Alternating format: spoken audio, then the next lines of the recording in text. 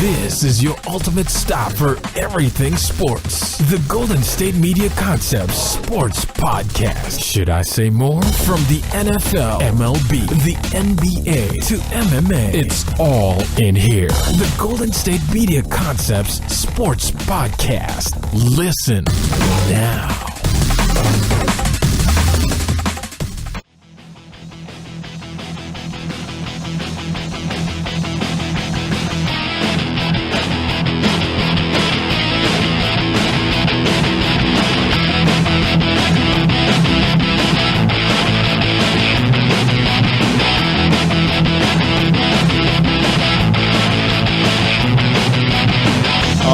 And welcome to the GSMC Sports Podcast. This episode is brought to you by the GSMC Podcast Network, and as always, I'm your host, Jesse Tapia.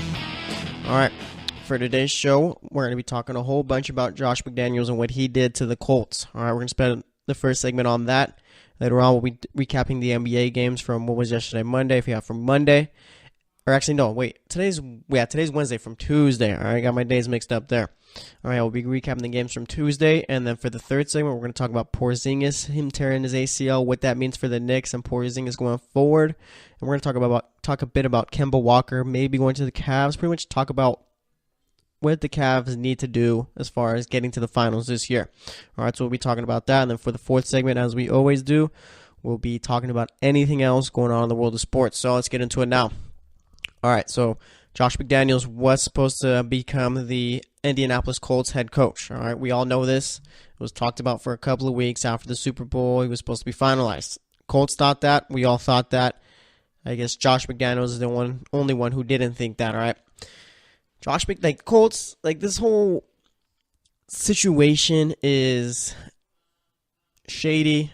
All right, you could say Josh McDaniels being a bit of a snake right here with what he did to the Colts. I mean, let's put it this way: the Colts yesterday, which was Tuesday, put out a tweet saying that it was official. Josh McDaniels was their head coach and had the press conference scheduled for Wednesday, for today, all that good stuff ready for just to get McDaniels out there, right? You saw Matt Patricia, he's finally with the Lions, all right? He had his press conference today, and it was supposed to be like that pretty much, all right? Colts were supposed to get their guy like the Lions got theirs. And then Bill Belichick was going to have to go look for an offensive coordinator and defensive coordinator. But a few hours after that tweet goes out, Adam Schefter reports that Josh McDaniels is going back to the Patriots, and he was not going to become the head coach of the Colts. All right, Mike Florio earlier in the day, a little bit after that little tweet about it becoming official of Josh McDaniels becoming the Colts coach, tweeted out that he got little reports from sources or whatever you want to call it that how do you say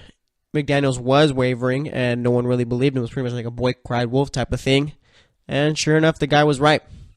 All right, McDaniels, like I said, is now going to be the offensive coordinator with the Patriots. Left the Colts in the dust. That's not even the worst part, all right? They already had the offensive coordinators hired there, the new defensive coordinator, all the new staff was there to come work with McDaniels. And McDaniels all of a sudden says, "Oh, I'm good. Sorry about it. Enjoy yourselves." All right. This was one of the more shadier things that you'd see in the NFL. All right, I can tell that it's kind of reminding people of what Belichick did with the Jets, as far as he was supposed to become their head coach eventually, but he ended up leaving for the Pats, and we know how that worked out for both teams. I mean, it worked out pretty well. But nonetheless, I mean, for McDaniels to go out and do this is terrible. All right, I'm not sure what it is, and now it's going to be even more difficult for him to leave the Patriots if he ever wanted to and go get a head coaching job outside of there. All right, because let's not forget, the dude failed miserably at Denver. I mean, yeah, he made the playoffs one year, but other than that, he didn't do much. And yeah, just a terrible coaching stint in Denver. Comes back to New England, does well as the offensive coordinator, all right? Then he's supposed to be with the Colts, and now he turns his back and says, and the worst part about it too is there's a lot of bad parts about this, all right? One of the bad parts is that it's like he didn't let anyone know what was going on. Kept them all in the dark, all right? For the Colts to go out and tweet out that it was official, he was their head coach, and they were going to have a press conference, all that means that they thought, it was their understanding between, at least it should have been from both if they're tweeting this out, that Josh McDaniels was going to become the Indianapolis Colts head coach, all right?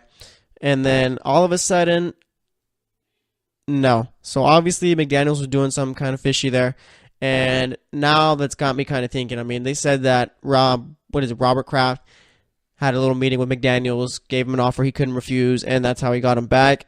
I'm not sure really how much I buy into that. I think that this is a case of Bill Belichick telling him, hey, you can go coach the Colts now, or you can wait a year or two, and I'm going to retire, and then you become the head coach of this team. I think that's what's going on. I think Belichick has one more year in the league, and then he's going to be out and retire, and McDaniels is going to succeed him. All right.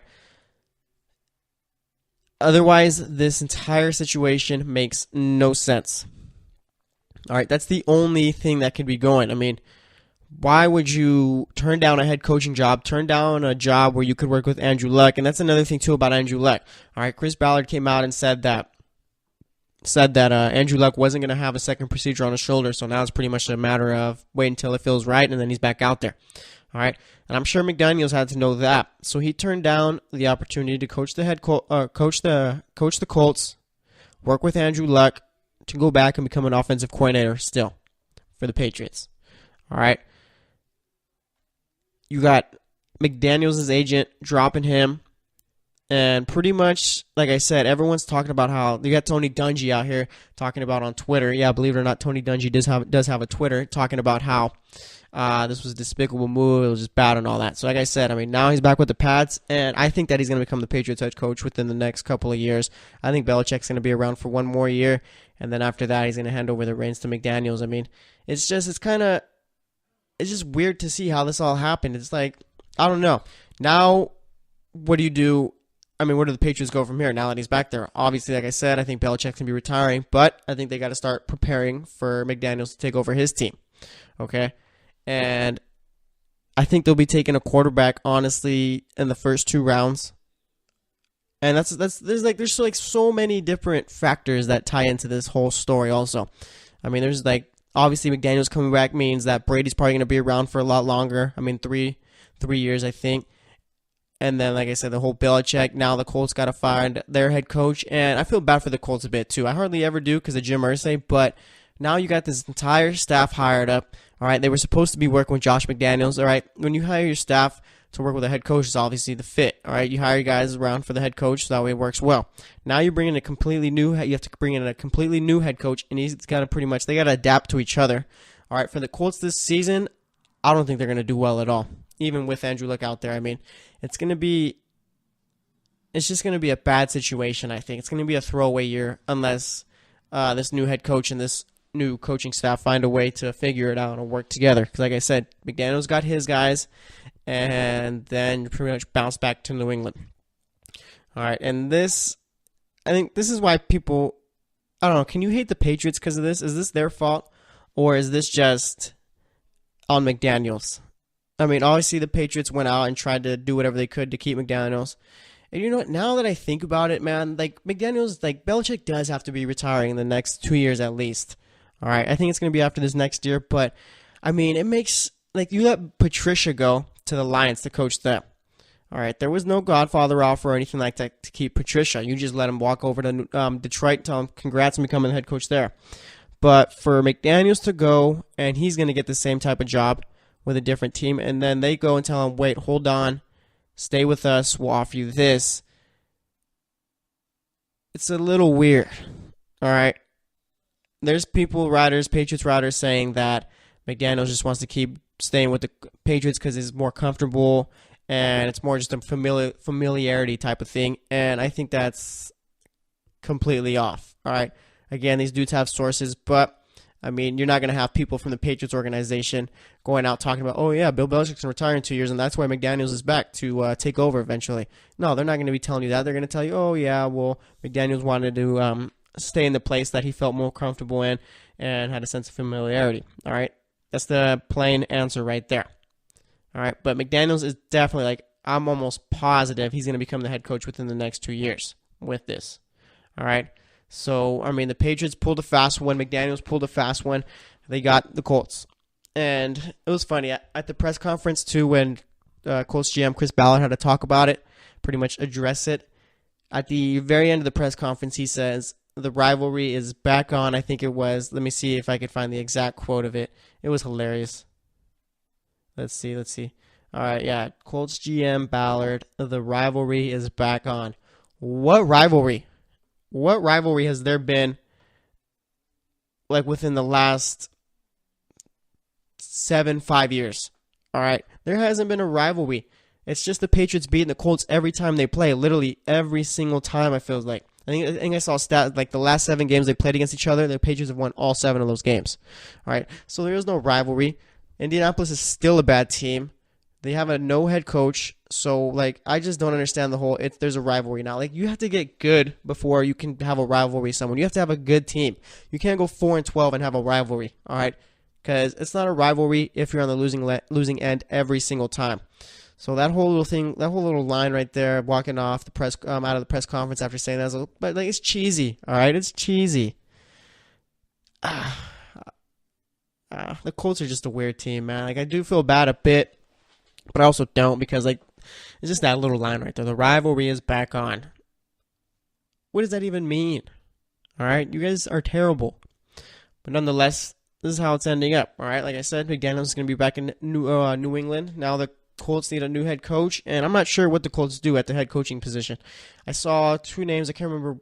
I think it was Dan Campbell, and I can't remember like the John DeFilippolo or whatever his last name is from the quarterback's coach from Philly. I heard his name come up a bit in the last 24 hours on Twitter. So, I mean, I'm not really sure what they do at the head coaching position. Maybe Jeff Fisher's available. Maybe you go get him. I doubt it, but that'd be something fun to watch. Let's be honest. All right. So, now the Colts got to go out, find their coach. Got to figure out what's going on with Andrew Luck. Obviously, if he doesn't need surgery, then I think he's going to be ready for the season. I'm just giving my opinion on it. It doesn't really matter. Like I said, I mean, Bill Belichick is going to be gone within the next 2 years. All right. And maybe this all kind of like this, like the Patriots is kind of weird, this whole situation. Ever since the ESPN article, it's just been kind of weird decisions by that team. All right, benching Malcolm Butler, then Malcolm Butler posts that he didn't do anything of the stuff that he's been accused of. It's just Bill Belichick gave up on him. Then you got Tom Brady liking it, leaving a comment that he was a great teammate, great friend, and all that stuff. I mean, this is very unlike the Patriots. All right, what's going on right here? Patriots usually aren't in the news unless it's for them winning a Super Bowl, all right? And for all this stuff to be happening, with, like I said, with the Malcolm Butler benching, Tom Brady commenting and all that, and then now you got McDaniels coming, like leaving a head coaching job, all right, with a top 5 quarterback when he's healthy, to come back and be an offensive coordinator. There's something going on in New England. Maybe the whole little tensions between Brady and Belichick is true. All right, and it's not far off. I mean, I know people like think, oh, it's the Patriots. They don't do anything or anything like that, but like they're the gold standard. But no, believe it or not, every human has problems. So I'll put money. If I could, I'd put money on it. That Belichick is retiring within the next 2 years. I think it'll be after next year, so we'll have to wait and see. But nonetheless, I mean, Josh McDaniels pulled a fast one, and he's gonna have a hard time getting a job outside of New England as a head coach, I think. So we'll have to wait and see how this all ends up. It's not gonna be done. Like this whole story won't finish until after this year or the next year, all right? And again, even if like Belichick says, oh yeah, I'm going to stay for 2 more years, then you become the head coach. I mean, that's 2 more years off of Brady right there. He'd be, 42, 43 by the time if the 2 more years pass, all right? So now you're going to need a new quarterback and all that. You're going to have to follow in Bill Belichick's shadow. It just makes no sense to me to wait 2 years to become a head coach, all right? So I think it's going to be 1 year Belichick's out because otherwise McDaniels made a horrible mistake leaving the Colts to go become an offensive coordinator again for the Patriots. So we'll see how it all ends up. That's just my thoughts on it. All right, next up, we're going to be talking about the NBA games from Tuesday. We're going to recap those, and then later on the show, we'll be talking about the Cavs and the Knicks. So stay tuned, and we'll be right back. Are you looking for the very best NFL and college football podcast? Then check out the GSMC Football Podcast. Get the latest football news both on and off the field. From the NFL Draft to trades to the rumor mill to the NFL Combines. They got you covered. That's GSMCpodcast.com/football-podcast. Get updates on college rivalries, game day insights, and much, much more. It's football talk the way you want it. This show eats, sleeps, and breathes football. Don't forget to like them on Facebook and follow them on Twitter. Visit GSMCpodcast.com for more info.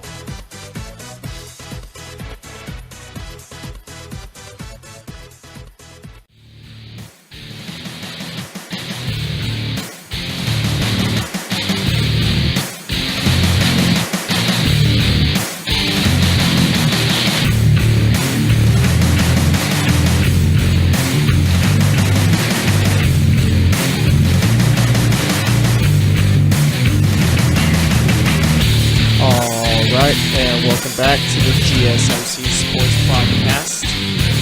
We spent that first segment talking about Josh McDaniels pulling the fast one on the Colts and pretty much saying thanks but no thanks. I know you guys hired my staff, but I'm going to go ahead and do the shady thing and go ahead and go back to my old team to become an offensive coordinator and pretty much sit under Bill Belichick till he's done. So that's pretty much how I think that happened. All right, like I said, Bill Belichick has to have told him that, yeah, I'm going to be retiring soon. You can become the head coach after that, because if not, and McDaniels is literally just scared of becoming a head coach and moving somewhere else, then this is the dumbest decision he's ever made in his life. But nonetheless, it's his decision, so it's up to him. Let's talk some basketball. Let's talk some Raptors and Celtics. Let's talk Raptors winning 111-91. All right. For Toronto, you had DeMar DeRozan with only 15 points in this one, 6 assists, shot 6 of 17 from the field, 2 of 6 from the three-point line. Kyle Lowry dropped in 23 points, 8 rebounds, 4 assists, shot 6 of 13 from the field, 6 of 11 from the three-point line, so pretty much all of his made shots came from the three-point line. Off the bench, you had CJ Miles with 20 points, 6 of 8 shooting, 5 of 7 from the three-point line, and then you had Fred Van Vliet, 10 points, 8 assists, shot 3 of 5 from the field, 2 of 3 from the three-point line. Serge Ibaka had 8 points in this one, 5 rebounds, shot 4 of 5. Jonas Valanciunas, not a good game from him, only 2 points, 7 rebounds, shot 1 of 8. For the Celtics, you had Al Horford, poor game from him, 2 points, 6 rebounds, 3 assists, shot 1 of 5, 0 of 2 from the three-point line. Jason Tatum, 4 points, only 1 rebound, shot 2 of 9, 0 of 1 from the three-point line. Aaron Baines, only 6 points in that one. Kyrie Irving, his first game back after missing about the last 3, I think it was.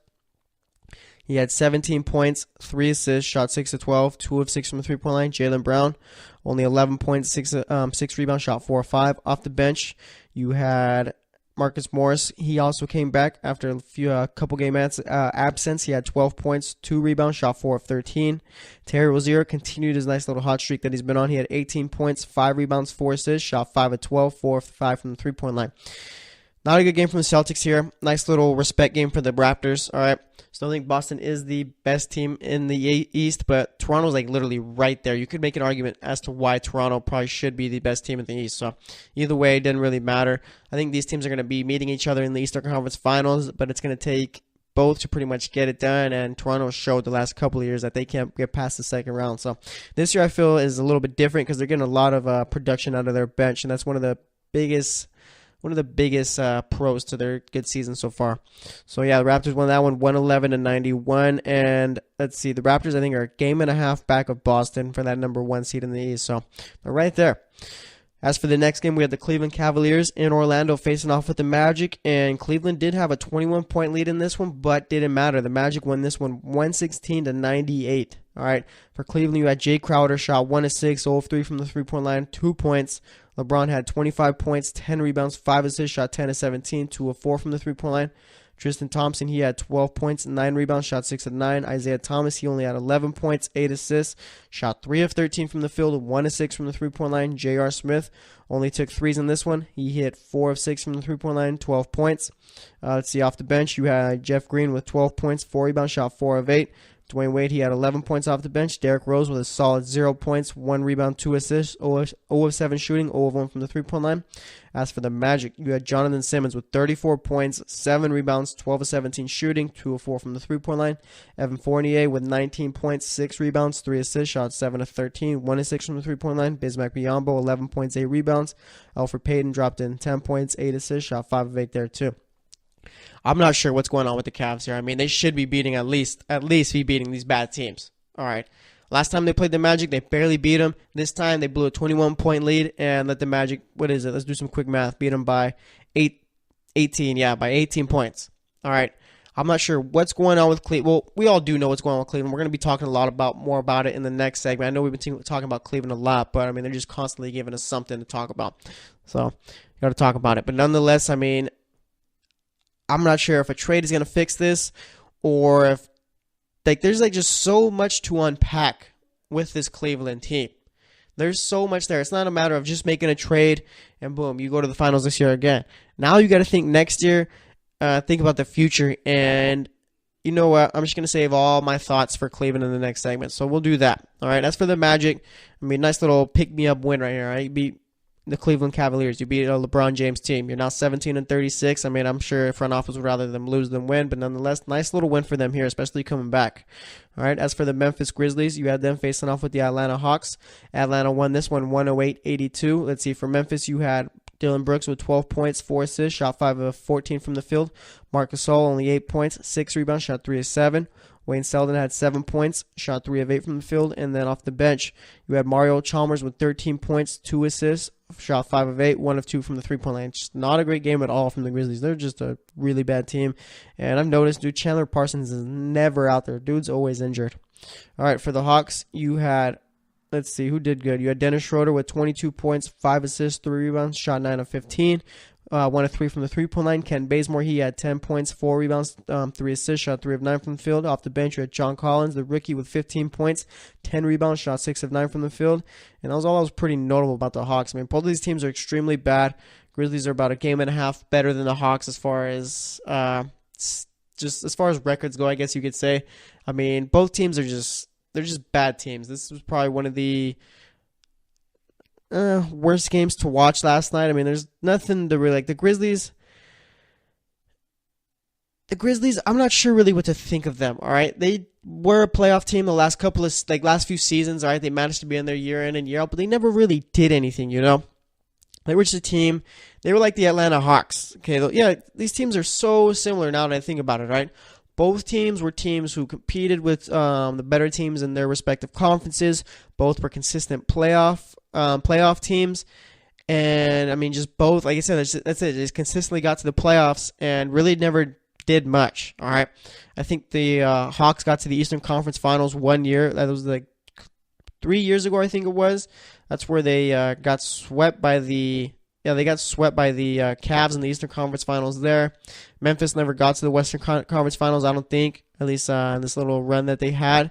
And like I said, both teams just consistently got bounced year after year in the playoffs. It never really built off of anything. It just stuck with what they had, and pretty much that was it right there. So, I mean, both teams, here they are. Their little playoff runs are done. They're both extremely bad teams. And, I mean, Atlanta's going to be a bad team for a while unless they get like a game-changing player in the draft.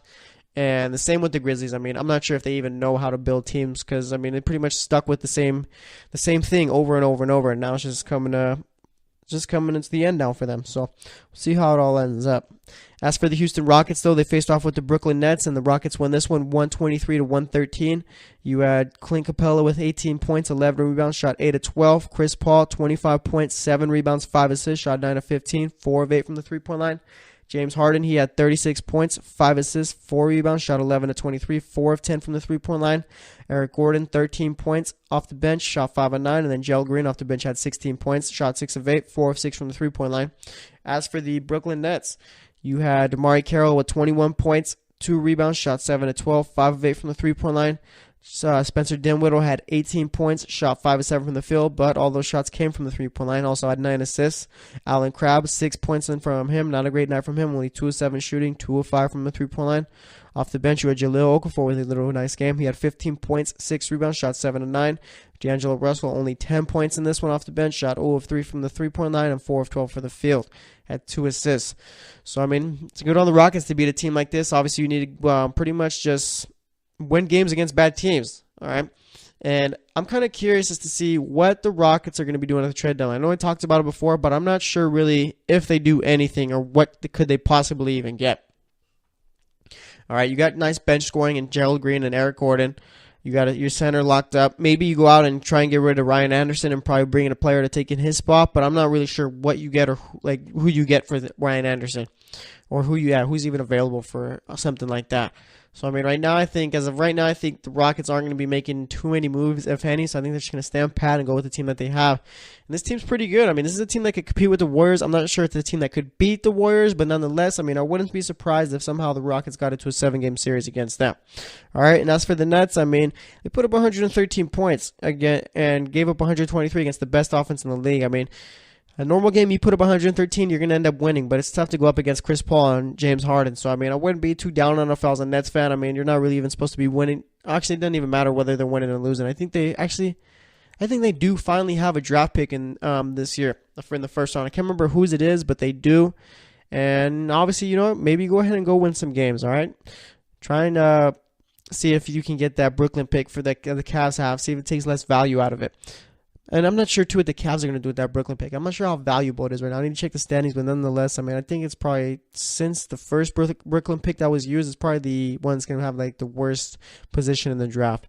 But nonetheless, we'll see how it all ends up. As for the Milwaukee Bucks, though, they faced off with the New York Knicks, and Milwaukee won this one 103-89. Kristaps Porzingis tore his ACL 11 minutes into the game. You see him go down, grab him, go for his knee, and it's pretty much like, no. Not Porzingis. All right, I'm sure Knicks fans were terrified just seeing him down grabbing his knee. We're going to talk more about the injury and what it means for the Knicks going forward, and pretty much just all around about the Knicks in the next segment. So we're just going to do the stats for this little game right here. All right, for the Bucks, you had Giannis Antetokounmpo with 23 points, 11 rebounds, 6 assists, 10 of 23 shooting. Chris Middleton had 20 points, shot 8 of 15, 4 rebounds from him. Eric Bledsoe had 23 points, 8 assists, 5 rebounds, shot 7 of 11. As for the Knicks, like I said, you had Porzingis, only played 11 minutes, was playing really well. He had 4 or 5 shooting, 1 or 2 from the three-point line, 2 rebounds, 10 points. Tim Hardaway Jr. had 8 points, 4 assists, 5 rebounds, shot 4 of 13, and 0 of 5 from the three-point line. Also got his life dunked on by Giannis Antetokounmpo on an alley-oop too. I mean, Giannis pretty much nearly jumped over the guy. It was just disgusting to see. And his counter, he had 19 points, 16 rebounds, 8 of 15 from the field shooting.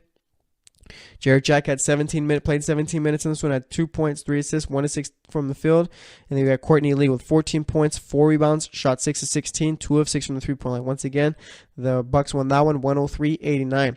As for the Washington Wizards, finally snapped that nice little win streak they were on without John Wall. They lost to the Philadelphia 76ers 115-102. This game took place in Philly. You had Markieff Morris with 11 points, 4 assists, 3 rebounds, shot 5 of 11 from the field. Otto Porter Jr. had 17 points, 8 rebounds, 2 assists, shot 8 of 16 from the field. Bradley Beal had 30 points, 7 rebounds, 5 assists, shot 12 of 22, 5 of 12 from the three-point line. As for the Sixers, you had Dario Saric with 20 points, 7 rebounds, shot 8 of 14, 2 of 4 from the three-point line. Robert Covington with 12 points, 5 rebounds, shot 5 of 12 from the field. Joel Embiid, 27 points, 12 rebounds, 3 assists, shot 10 of 20 from the field, 3 of 7 from the three-point line. Then Ben Simmons, he had 15 points, 8 assists, 6 rebounds. And you had J.J. Redick with 18 points, 6 assists, shot 6 of 9 from the field, 4 of 5 from the three-point line. Nice little win for Philly here. They're one game above 500. I mean, for Washington, they're currently 31-23 after that loss. And I think they should still have the 4th seed unless they hopped over the Cavs, with Cavs losing to the Magic. Let's see. Let me look at the standings right here. Yeah, the Wizards are currently in 4th. They're 31-23. The Cavs are 30-22.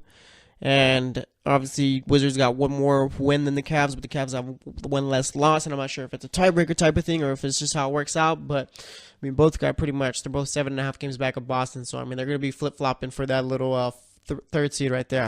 If I'm the Celtics, I'm not sure if I want to see Cleveland in the Eastern Conference semifinals, so they better hope that Cleveland stays in that number 3 spot. But nonetheless, like talking about Philly, they currently got the 8th seed. Currently got there you got one less loss than Detroit. Detroit's a half game back of Philly for that 8th seed. It's going to be interesting to see how it all ends up because right now Detroit's playing extremely well with Blake Griffin. And he's making everyone on that team play better too.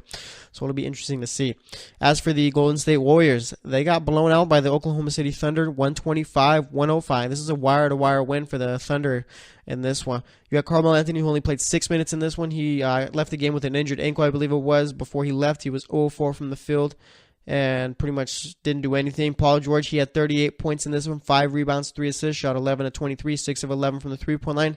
Steven Adams, he shot 7 of 9 in this game, 14 points, 10 rebounds. Russell Westbrook, nice game from him, 34 points, 9 rebounds, 9 assists, shot 13 of 26, 2 of 5 from the three-point line.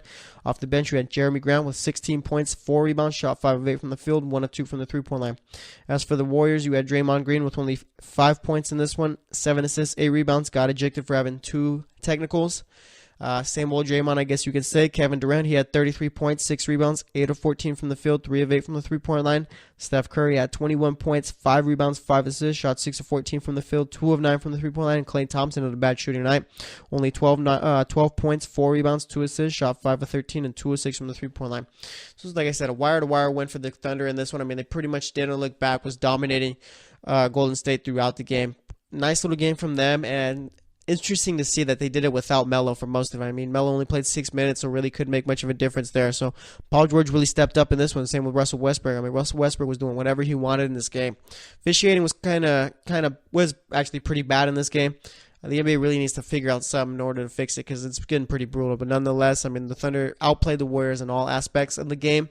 And if these two teams see each other in the playoffs, I know I've been talking about Golden State sweeping them, but I don't know. The Thunder maybe showing me maybe they could get a game in, maybe get 2 games possibly, maybe get it to 6 games. But nonetheless, I mean, Warriors are still by far the better team. But I mean, the Thunder have won 2 out of the 2 games they've played so far this season. So maybe I'm just not giving the Thunder enough credit. All right, as for the final game of the night, we had the Phoenix Suns facing off with the Los Angeles Lakers in LA, and the Lakers won this one 112-93. You had TJ Warren with 24 points, 6 rebounds, 3 assists, shot 9 of 22. Josh Jackson had 16 points, 10 rebounds, shot 7 of 9 from the field, 7 of 19 from the field, 1 of 6 from the 3-point line. No Devin Booker in this one. For the Lakers, you had Julius Randle with 21 points, 8 rebounds, 5 assists, shot 9 of 13. Brandon Ingram with 26 points, 4 rebounds, 5 assists, shot 9 of 12, 2 of 2 from the 3-point line. Let's see, you have Brook Lopez with 12 points, 4 rebounds. Joe Hart had 15 points, 11 rebounds, shot 5 of 7 from the field. And you had Kyle Kuzma off the bench with 16 points, 4 rebounds, shot 6 of 15, and 2 of 7 from the 3-point line. So that's how that game ended up. All right, that's going to wrap it up for this segment. Next up, we're going to be talking about the Cavs and New York Knicks going forward. And in the final segment, we'll be making my picks for the games going on tonight and talking about anything else going on in the world of sports. So stay tuned, and we'll be right back. Check out the show that's built on the MMA. From the UFC to extreme cage fighting, they got the fights covered. Check out the GSMC MMA podcast. Get the latest news on past or upcoming fights. Join us as we talk to and about some of the biggest names in the MMA, past, present, and future. When it's the fight game, there's just one show to check out. GSMCpodcast.com/MMA-podcast. Don't forget to like them on Facebook and follow them on Twitter. Visit GSMCpodcast.com for more info.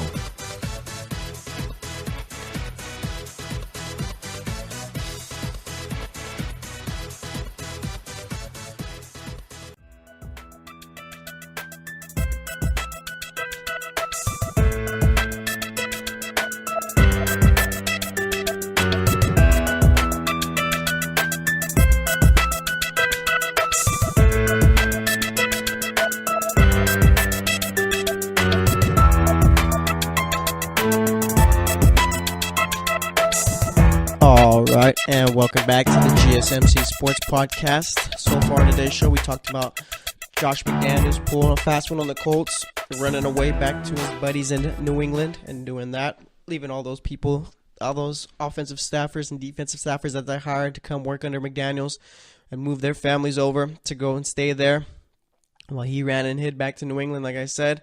We talked about the NBA games from Tuesday. Yeah, from Tuesday, since today's Wednesday, obviously. And now we're going to talk about the Knicks without Porzingis, talk about their future with him as their franchise player.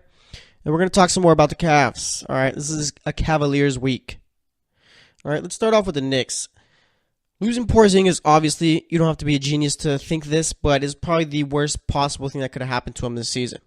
All right, and you know what? Now that I think about it, obviously injuries are terrible, but I got to be careful saying this. Let's see.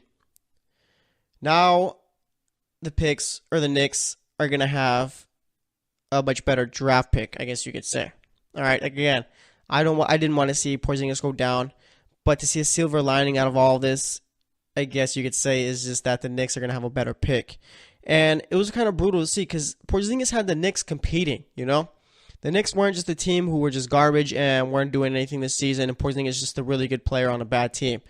Porzingis, you could tell, with players in the league, there's some great players that are like, yeah, they're really great players, and they'll never be like the starting piece of starting like a nice little franchise team you got going on. And then there's those players who are playing great and like they're game changers. You know, that's the guy we're gonna build around. Porzingis is exactly that. All right, like I said, he had the Knicks competing. All right, had them at a 23-32 record. Only 5 games out of the 8th seed. They were never going to get to that, but nonetheless, I mean, they were almost honestly like so far this year. I think the Knicks have looked a whole lot better than they did last year. All right, I'm not sure why that is. Maybe you got rid of a certain player who's playing for a different team, and maybe that was what was holding them back. But nonetheless, The Knicks with Porzingis do have their franchise player, but worst part about it is he tore his ACL. It wasn't just like a random whatever injury, break something or anything like that. He tore his ACL. All right, and for big men to go out and have injuries like this, I mean, it's gonna. I mean, I hope not, but almost like it might put a little hamper on his career here. All right, because he's a big guy and he likes to move around a lot. Obviously, a tall body like that probably shouldn't be as athletic as it is. So it's going to be a little bit difficult for him to get back to what he used to be, I think it is. I know he's more of a post-up player, so that'll be a benefit to him, but it just really stinks for the Knicks here. He, pretty much, like I said, that was their franchise player right there. And now with him being out, you got to worry about not only what do you do now, all right, but is he going to come back and be the same player that he was before? So, again, just stinks for them, but nonetheless, got to go forward and move on. All right, now let's talk a bit about Cleveland. All right. Like I said, lost to the Magic, what was it, 118 I think it was, to 98 or 116. Either way, got blown out. All right. And now is the sky falling? Yeah, I think you could say it is, all right? There's so many problems with this Cavaliers team, and I'm always going to go back to it, all right? People always say, oh, they've had problems year after year, and they always make it to the finals. These aren't those same problems, all right? This goes way deeper than just how the team is playing. There's locker room problems. There's front office problems. There's defensive problems. There's LeBron James problems. There's problems everywhere. There's Isaiah Thomas saying whatever comes to his mind about the team. Problems. There's like everything, all right? And that's why I think Isaiah Thomas is going to get traded. You can't keep Isaiah, all right? He's just not good for the team there. I'm not sure if it's just because that he went from a situation in Boston to where there's a certain type of culture there and they do things a certain way, whereas to Cleveland it's LeBron James who, well, not anymore it seems like, but ran the show and pretty much it was his team. You listen to him and get behind him and let him do what he wants, and then if you get the ball, then you get the ball. All right. Obviously, Isaiah Thomas doesn't seem to be he's not adapting well to that team, I should say. All right, because you got him coming out and saying that whenever adversity hits, everyone just runs away and does their own thing. And I understand that could hurt a team as far as airing that out and saying that. But I like Isaiah Thomas going out and saying these things. I think it makes him a leader. All right, Isaiah Thomas with Boston was the leader of that team. And I think I like how he's holding the team accountable. And there's people that'll go out and say, well, he's not really playing well, so it's not really his position. Plus, that's LeBron's team. LeBron's not saying anything. LeBron's playing just as bad as everyone else out there. All right, LeBron's had a terrible month of basketball. The Cavs are like 6-15 since Christmas, I think it was the record that I saw. So they just really haven't done anything, right? If someone's going to hold them accountable, I'm all for it. Because this team, I think, is a bunch of prima donnas. All right? They all think that they're great at what they do. Obviously, they are because they're in the league. But they all think that they're the best at what they do, all right? They all have this certain type of little body language mindset that you can see walking around like no one could tell them anything different. And I think that's where Isaiah Thomas and this little rift that the team has is coming in, because Isaiah Thomas is telling them, no, this isn't the case at all right? We stink, and we play terrible all the time. And, you know, Isaiah Thomas is playing just as bad as everyone else, if not probably the worst on that team right now. The guy can't shoot, and he can't really do much else. I'm not sure if it's still because of the hip or he just lost it, but nonetheless, I mean, the guy does not look good. So what does Cleveland do about it going forward? I say you trade, and again, let me just put this out there, okay? I think that Cleveland should just stay put at the trade deadline, all right?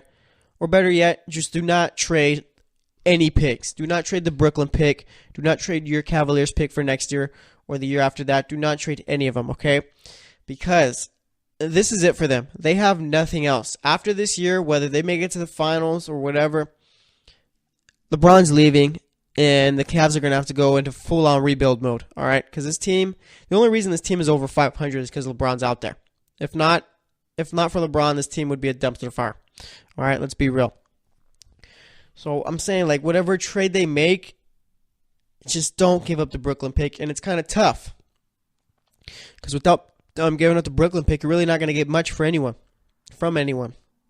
All right, Isaiah Thomas isn't a player that you could trade and get a guy like Kemba Walker for straight up. That's not how it's going to work. Yeah, let's talk about a Kemba Walker trade to the Cavs. The only way that would work is if the Brooklyn pick was involved. You'd give up like a Isaiah Thomas, a Tristan Thompson, probably J.R. Smith, and the Brooklyn pick for maybe Kemba Walker and Nicholas Batum.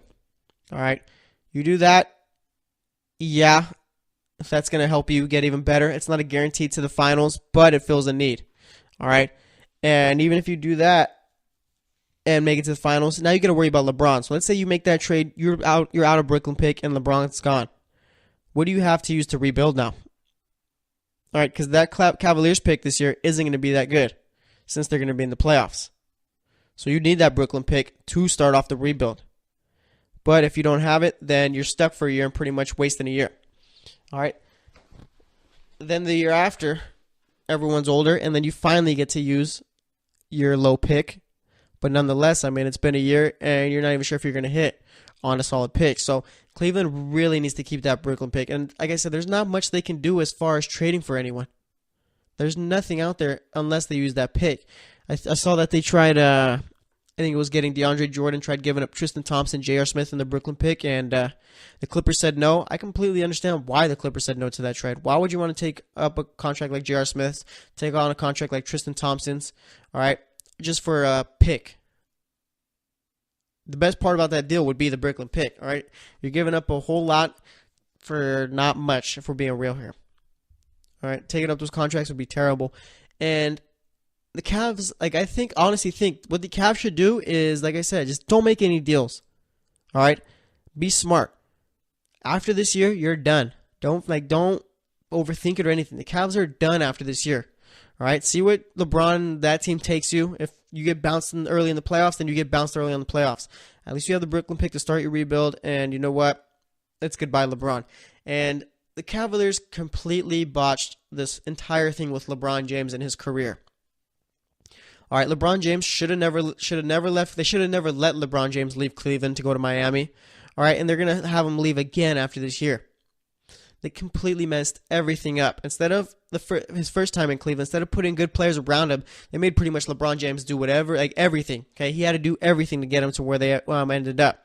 Whether it's ending up in the finals in 2007 and getting swept by the Spurs, or losing to the Celtics year after year after year because LeBron has no help to beat KG, Paul Pierce, or Ray Allen, or even Rondo for that matter. All right, they messed that up. He goes to Miami. Then he's like, you know what? I want to be back in Cleveland. He comes back, and here we are again. LeBron James is going to be leaving again. All right, one of the best players of all time. Cleveland completely, for his career, messed up everything. All right, LeBron James should have never left that team to begin with. Should have been a Cleveland Cavalier for life. But since they don't know how to run a front office and know how to pretty much bring in good players, they're going to be losing them. The only guy that did was David Griffin. All right, he had it figured out. He knew what it took for this team to succeed, and he knew how to do it. All right, he consulted LeBron on those little personnel decisions, and it worked out. So he's not there. Down Gilbert wants to run the show, so we'll see how it all ends up. But nonetheless, those are my thoughts on Cleveland. Nothing's really going to work for them. So that's all I got to say about that. Next up, we're going to be making my picks for the games going on tonight and talking about anything else going on in the world of sports. So stay tuned, and we'll be right back. Are you looking for help for your fantasy football team? Check out the GSMC Fantasy Football Podcast. Get today's best advice on who to start, who to sit, even who you should draft. From sleeper picks to red-hot lineups, they got it all covered for you. That's gsmcpodcast.com/fantasy-football-podcast. We'll cover traditional leagues, dynasty, PPR, even IDP leagues. When you need fantasy help, there's just one show to hit up. Don't forget to like them on Facebook and follow them on Twitter. Visit gsmcpodcast.com for more info.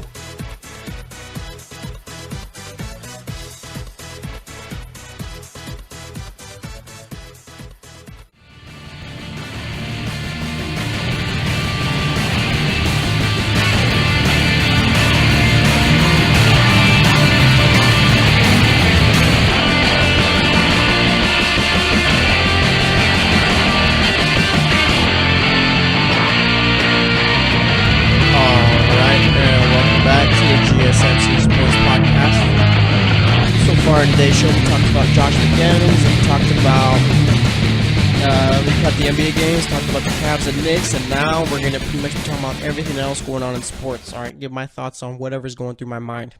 First up, though, we're going to give the scores for the college basketball games that happened on February 6th, all right?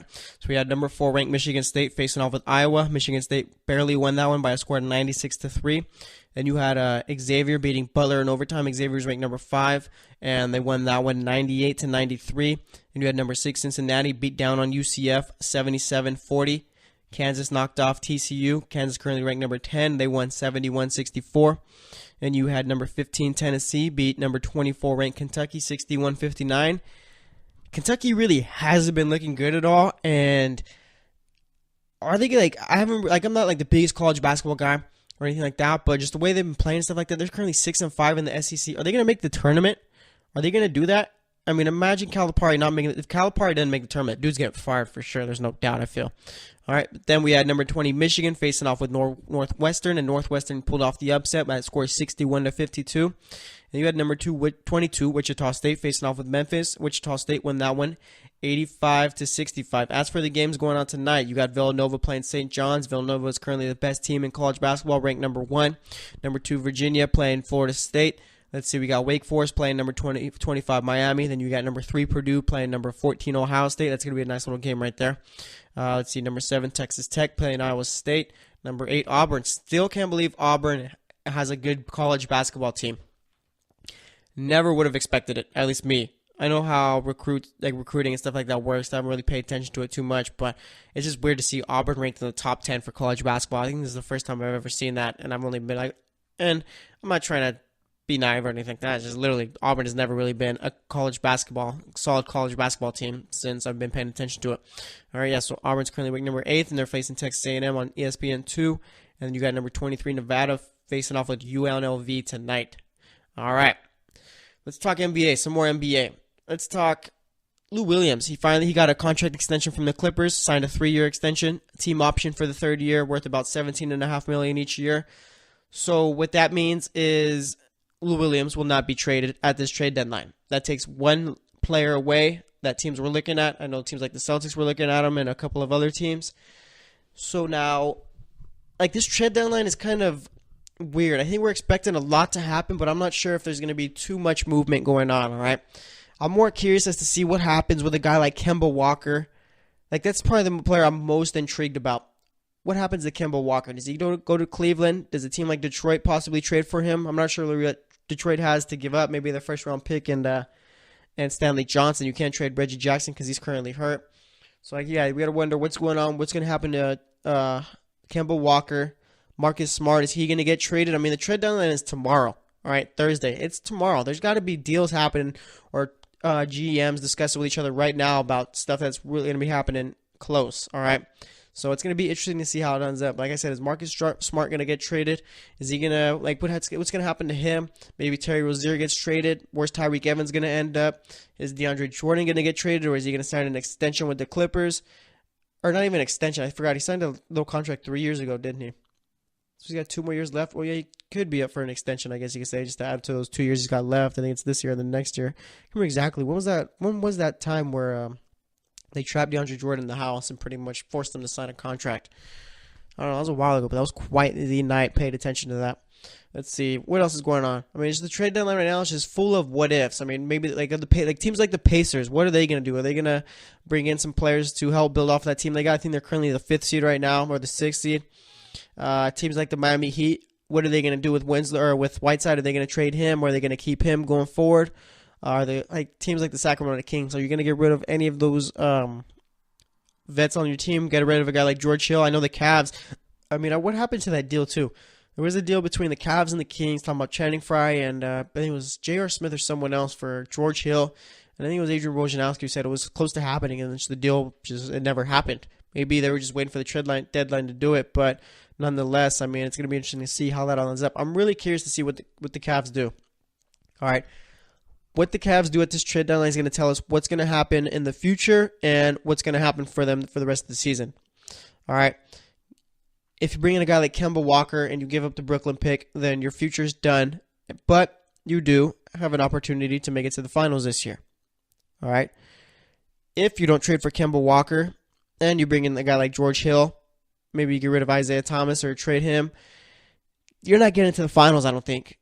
All right, the Cavs, it's going to take the deal of the century for the Cavs to be able to make it back to the finals and be set for the future. Again, I'm thinking LeBron is leaving after this year no matter what, but let's say that they were able to make a nice little deal and win a championship. Maybe he could be back, but I just think that him and Dan Gilbert just don't like each other so much to the fact where LeBron's going to be like, I'm done with this, I'm out.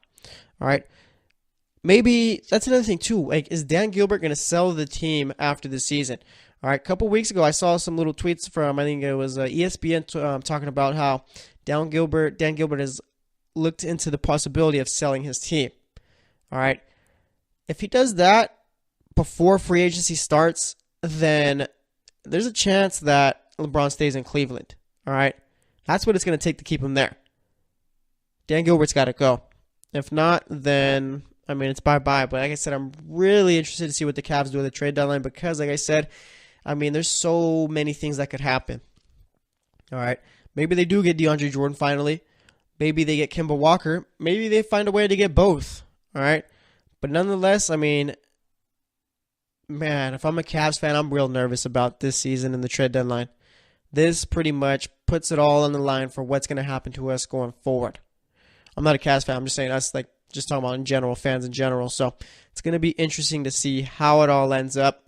I'm not sure what they do, but I know we got 24 hours till we find out. So we'll see how it all ends up. All right. Let's talk NBA games going on tonight. Let's see. We got 6 games going on tonight. All right. We got 2 on ESPN. One is the Timberwolves facing off with the Cavs. That's good. I think I know what my pick is for that one. And then let's see. What's the other ESPN? We got the Spurs facing off with the Suns. That is not going to be a fun game at all. All right, let's start off with the first one on my list. We got the Brooklyn Nets facing off with the Detroit Pistons. The Pistons are currently, 4-0 with Blake Griffin on their team, playing extremely well. Nets are currently 8-18 on the road. Pistons are currently 17-10 at home, playing good basketball. Like I said, you got to go with the Pistons in this one, right? Like I said, Blake Griffin's been playing extremely well. So was Andre Drummond. And you got players like Reggie Bullock who have been stepping up since Griffin got there. So I'm going to go with the Pistons in that one. Then we got the Rockets facing off with the Miami Heat. Rockets coming off of a win against Brooklyn. Going to be a back-to-back here. Let's see. Do I want the Heat? Heat are currently 13-11 at home. Rockets currently 19-7 on the road. Heat are going to be without Wayne Ellington and Kelly Olynyk. Justice Winslow's sick, but he's going to be playing, so I think that's enough to push me towards the Rockets and pick them. Rockets are only favored by 4.5 in this one. That's a nice little, indication of how well the Heat have been doing this season. Obviously, they're only 29-25 and the 7th seed right now, but nonetheless, they don't have the greatest talent on that team. It's a lot of coaching that's got them this far. All right. So I'm going to go with the Rockets, but I think the Heat's defense is going to put up a nice little fight. But, the Rockets will probably still end up winning this one by 10 points, I think, if we're being real here. Then we got the Timberwolves facing off with the Cavs. Cavs currently in shambles. Timberwolves currently a terrible road team. This is a tough one. The Timberwolves are currently 12-16 on the road. Cavs are currently 19-7 at home. But, like I said, they're in shambles. Minnesota's favored by 3.5. Let's see. I gotta go with the Timberwolves, I guess, just because the Cavs the Cavs are just no good right now. All right, so yeah, I'm gonna go with the Timberwolves, even though they're a bad road team. I think Jimmy Butler, Karl-Anthony Towns is gonna have a great game. Andrew Wiggins, it's not really sure about him. Either he shows up and plays well, or he just doesn't play well at all. He's like a Marcus Smart type player, just more athletic. So I'm going to go with the Timberwolves in that one against the Cavs. Just create more drama with the Cavs losing this one. Then we got the Utah Jazz facing off with the Memphis Grizzlies. The Jazz are currently 10-19 on the road. Grizzlies are currently 13-15 at home. Utah's favored by 7, as they should be. This is an easy pick right here. I'm going with the Jazz. Grizzlies played terrible against the Hawks yesterday, but they're back at home on this back-to-back. But nonetheless, Donovan Mitchell, Rudy Gobert, Rodney Hood. I'm not even sure Rodney Hood's going to be playing this one because I know his name's been around in trade talks the last couple of weeks. So I'm going to go with the Jazz still. So I got the Jazz beating the Grizzlies. Then we got the Pacers facing off with the Pelicans. I think Victor Oladipo's going to be back in this one. He's been out sick for the last couple of games. So I'm going to go with the Pacers in this one. Pelicans haven't been playing good basketball since Boogie went down. and I just don't think they're going to be able to figure it out tonight. So I got the Pacers beating the Pelicans. Then we got the Spurs facing off with the Phoenix Suns. This is an easy pick, probably the easiest pick of the night. I got the Spurs, all right? No Devin Booker in this one. Obviously, Kawhi Leonard is still gone. So, I mean, best player we got in this game is LaMarcus Aldridge. I think he's going to go for, let's go 25, the over under 25 points for LaMarcus Aldridge. I take the over on that one. I think he's going to have around 30 points in this game. So, it's going to be, I won't be watching it because it's just not a good game. I'll probably be watching, let's see. I'm going to be watching the Timberwolves and Cavs game for sure. And maybe check out the Nets and Pistons one a little bit before, since that's an hour before. But nonetheless, I got the Spurs beating the Suns. Big right here. All right, to recap, I got the Pistons beating the Nets, the Rockets beating the Heat, Timberwolves beating the Cavs, Jazz beating the Grizzlies, Pacers beating the Pelicans, and the Spurs beating the Suns. Only one upset pick, and that's picking the Pacers, believe it or not. The one is currently favored by 3.5 in that one. So that's going to wrap it up for today's show. Today we talked about Josh McDaniels, recapped yesterday's NBA games, talked a bit about the Cavs and the Knicks, and then made my picks for the games going on tonight. Thanks for listening to the GSMC Sports Podcast. As always, I'm your host, Jesse Tapia. We'll be back tomorrow, so we'll talk to you later, and stay tuned. You've been listening to the Golden State Media Concepts Sports Podcast, part of the Golden State Media Concepts Podcast Network. You can find this show and others like it at www.gsmcpodcast.com. Download our podcast on iTunes, Stitcher, SoundCloud, and Google Play. Just type in GSMC to find all the shows from the Golden State Media Concepts Podcast Network, from movies to music, from sports to entertainment, and even weird news. You can also follow us on Twitter and on Facebook. Thank you, and we hope you have enjoyed today's program.